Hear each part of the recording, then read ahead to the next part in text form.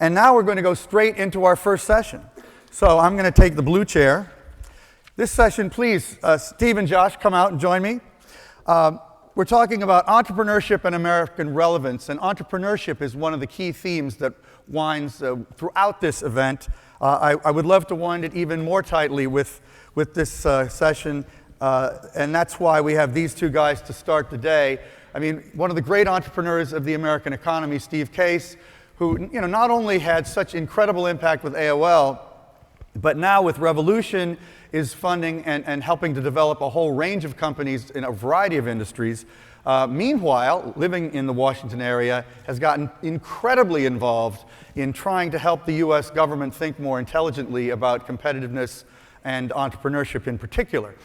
Then Josh Linkner, a local star here who runs Detroit Venture Partners, as I'm sure many of you know. If you're from Detroit, you certainly know that. A supporter of this event, which we're very grateful for. And I think symbolic of the incredible new energy that's developing in Detroit. And I should also say that Josh created a company called ePrize in 1999 here in Detroit.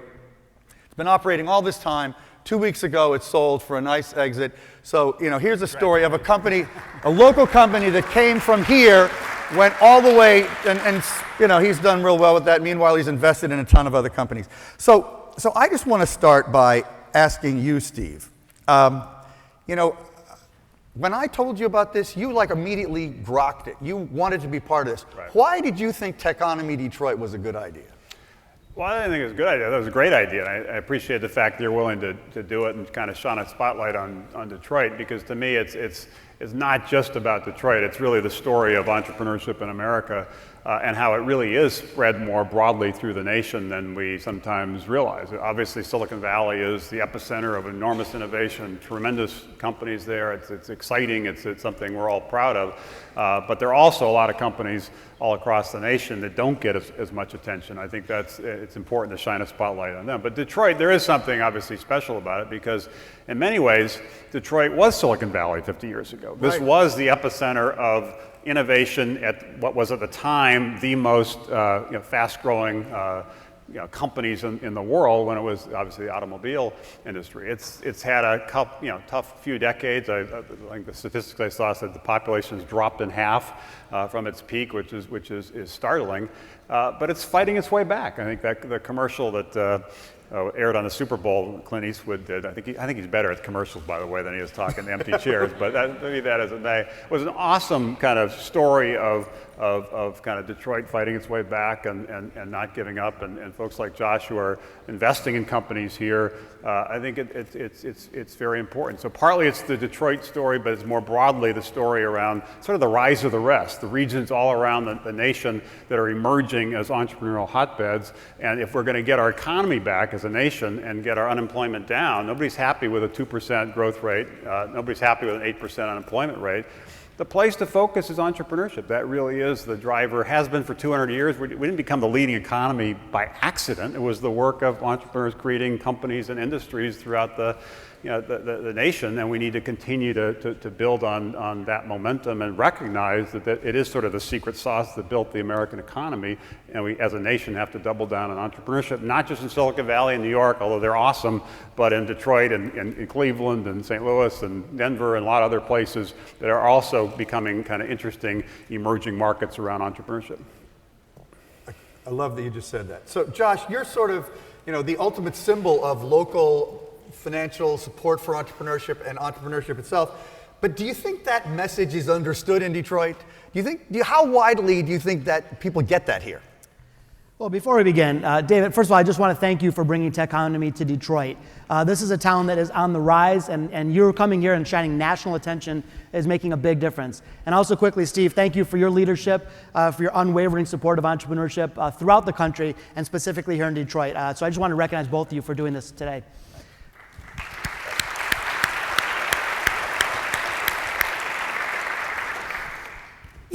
Here in Detroit, it's weird. It's like you can bump into somebody and they say, oh, I hear everything that's going on. This is this bustling tech scene, and they're really familiar with things. And then you bump into somebody else, and they don't have any sense of it at all. So I think that events like this and the continued support of the media, and I think that we have to scream from the mountaintops that Detroit is open for business. This is a great place to build a tech company. And I think we still have a lot of work to do to get that message heard, both locally and certainly on a global basis. It's funny. Steve's company is called Revolution. Jack Dorsey, who's going to be here later today, was giving a speech, was it yesterday? I don't know, day before yesterday at TechCrunch in San Francisco, and talked about the need to be a revolutionary, and that's the way founders and entrepreneurs need to think of themselves. And I personally have had a theory myself, and I wrote about it in regard to Zuckerberg and Facebook, that the founders of innovative tech companies are the most impactful social revolutionaries of our era. But that implies a sort of an urgency that I wonder if is widely enough understood. That's what I'm driving at. Any thoughts on that? Because if what you guys are doing is truly revolutionary, then either people ought to be really scared of it, or they ought to really be getting on board real fast. Or both. I mean, I think there's the entrepreneurs who are trying to, there are two types of entrepreneurs, I should say. There are some who are looking to create an interesting product or service and have somewhat modest ambitions. They're just trying to start a business, and that's fine, and they're an important part of the economy as well. And the other, which really are kind of trying to change the world, they're swinging for the fences. They're trying to do something that's disruptive. It's more of a long-term, built-to-last kind of thing, not a shorter-term kind of built-to-flip kind of thing. And they really have to have a passion and a perseverance to see it through. I saw this with AOL. We started AOL 27 years ago. Only 3% of people were online. And on average, they're online 1 hour a week. Most people thought we were crazy. It's like, nobody wants to do this stuff. But we stuck with it, and it took us really a decade before we really got traction. And then finally, in the mid-'90s, things kind of took off. And AOL was like an overnight sensation. No, it wasn't. We were at this for more than a decade when nobody knew what we were doing. So that's the kind of perspective that I think entrepreneurs need to bring. Now, the opportunity is there are huge sectors of the economy, education, healthcare, energy, that haven't really been disrupted that much in the last 25 years. What I think of as the first internet revolution, getting everybody to believe it was important, get connected, multiple devices, multiple networks, that's sort of been accomplished. The second internet revolution is how you use the ubiquity and now the mobility of the internet to transform other important aspects of life. Those are where some great entrepreneurs all across the country are focusing, and we do need to support them as a nation because they are the industries that are going to drive the future. Initially, it was sort of the agriculture revolution, kind of the Midwest, then sort of the industrial revolution, and then sort of the finance and media revolution, more recently the technology revolution. The next wave is where we need to be positioned as a nation, and we really need to recognize these entrepreneurs are in some ways American heroes too, because they're the ones who are taking the risk of starting these companies that can change the world, but also make sure we have a robust, growing economy in what is now a much more competitive global world.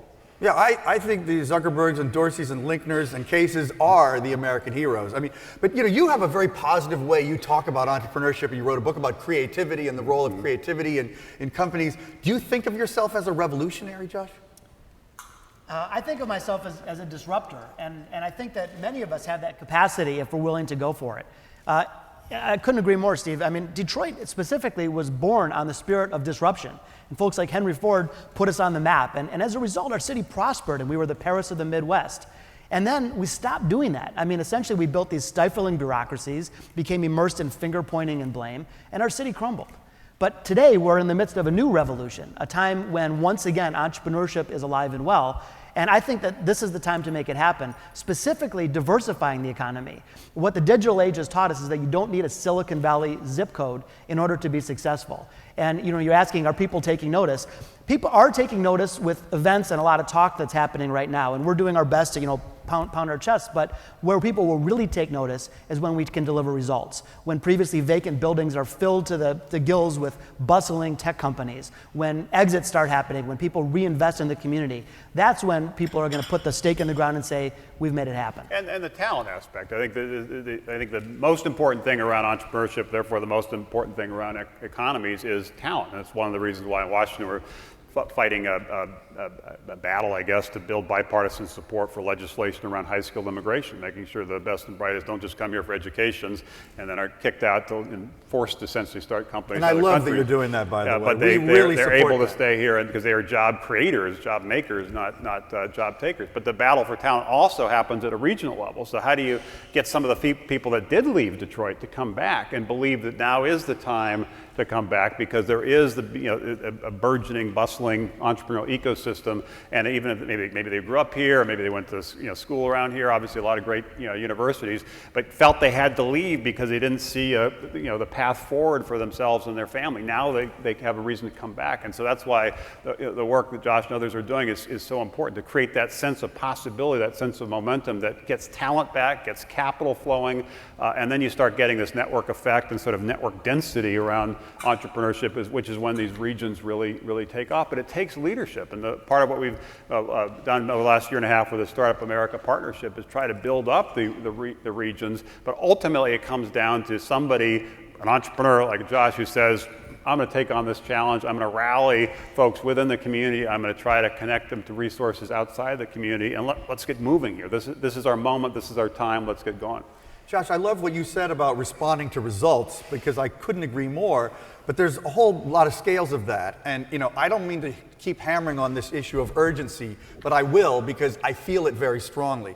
And I travel to China a lot. I'm privileged to be able to do that. And another form of results that is happening is that in places like China, they understand the role of the city in some ways better than we do. They are investing very, very methodically in infrastructure, in financial support for entrepreneurship, in education of very targeted sorts.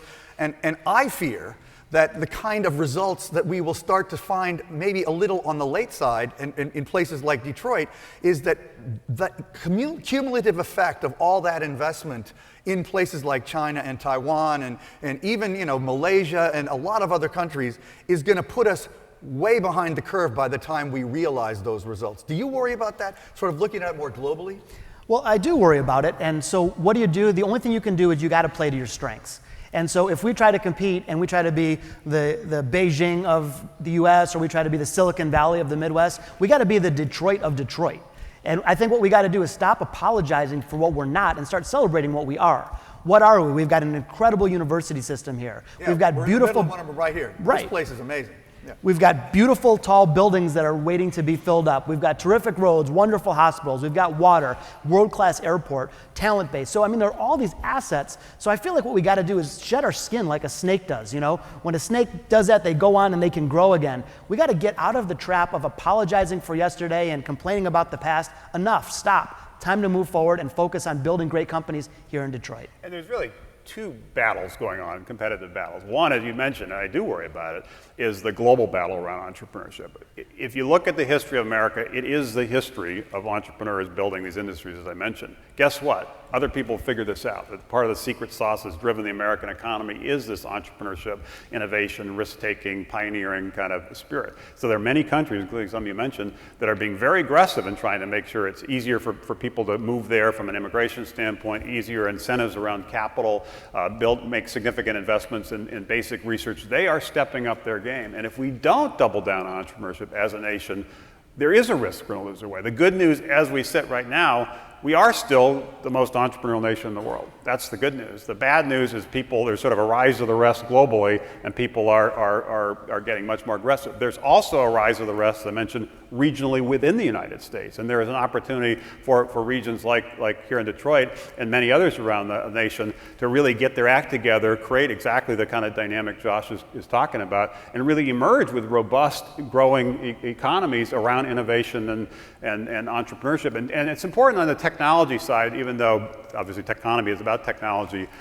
There are technology companies and there are other industries, but those industries have a technology overlay as well. So in some ways, everything is now a technology company. But when we talk about, we don't want the people to think we're just focusing on trying to create like another Facebook or something. A bunch of new apps. A company like Chipotle, which started, basically a burrito, is now a company with tens of thousands of employees. It's worth $12 billion. That's only possible because of a good burrito, but also because they use technology. Walmart started with one store in Bentonville, Arkansas. They said, people in small towns should have access to more products at lower prices. Now they're the largest retailer in the world. That's really been enabled by technology. So technology is both, there are some companies you're funding that are technology companies, but there are also many other companies that have this technology overlay, and it's important to recognize that manufacturing, for example, which is important in this region, is being reinvented because of the juxtaposition, not just of manufacturing, but also technology and design. The ability to do things in nimbler ways with smaller teams suddenly is reopening that opportunity. If people have comments or questions, please come to the mics. We've got a few more minutes for that. The company I love as an example of that, one of them, is Zara. Which the guy who runs Zara is now the third richest man in the world, I read the other day. His company came out of nowhere, used technology and the internet as a way to connect to these workshops in Galicia, where these little women were taking knockoff patterns and producing them so fast, they were able to knock off fashions faster than anybody else, and now they have stores all over the world. The guy's the third richest man in the world. That's certainly not an app, right? That is taking retail and fashion and clothing and upending it. Well, I think the thing we need to realize is that technology is an enabler. It's not the innovation necessarily itself. Right. So Zara used technology to become successful. Walmart used technology, but you have to have the original genesis of an idea to begin with. And I think it's so important. When you look at Zara, for example, one of the things that they've done is they empower their people. So if someone sees a trend in San Francisco, they can jump on it. They don't have to go salute the flag and go up corporate headquarters. They can act. Yeah. And when I think about this region, what I think we really need to focus on are a couple key things. One is diversifying our economy. We certainly need a robust, strong manufacturing basis. But now is the time where we have to diversify. One of the reasons we suffered so greatly is our entire city was tied to one industry, and when that industry ran into trouble, so did the entire region. And the second thing about technology, and the thing I think is so cool here, is these are companies that are capital efficient and can scale quickly. What used to take decades for a company to get off the ground and create significant amount of jobs can happen now in a matter of a couple of months. Right. So I just think it's imperative that the local officials, that the universities and the community rally behind entrepreneurship, and specifically tech entrepreneurship, because it can make such a big impact so quickly. This is something I've talked to both of you about, and I feel passionate about, as I know you do, that right now, and this is incredible for some place like Detroit, the tools are accessible to anybody. With things like Amazon Web Services, is a great example.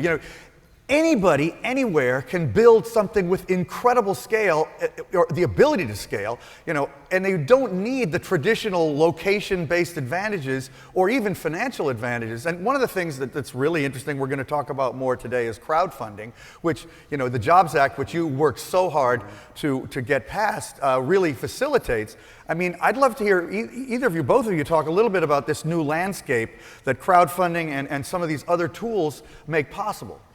Well, you're totally right. It's much easier and cheaper to get companies started than what used to be, and that enables a lot of entrepreneurs who otherwise wouldn't be able to do things to do things. And it's not just, it doesn't take as much talent, doesn't take as much capital. Also, when you're particularly on the internet, nobody really knows or cares where the designers are, where the servers are. They're just looking at something that they find value in.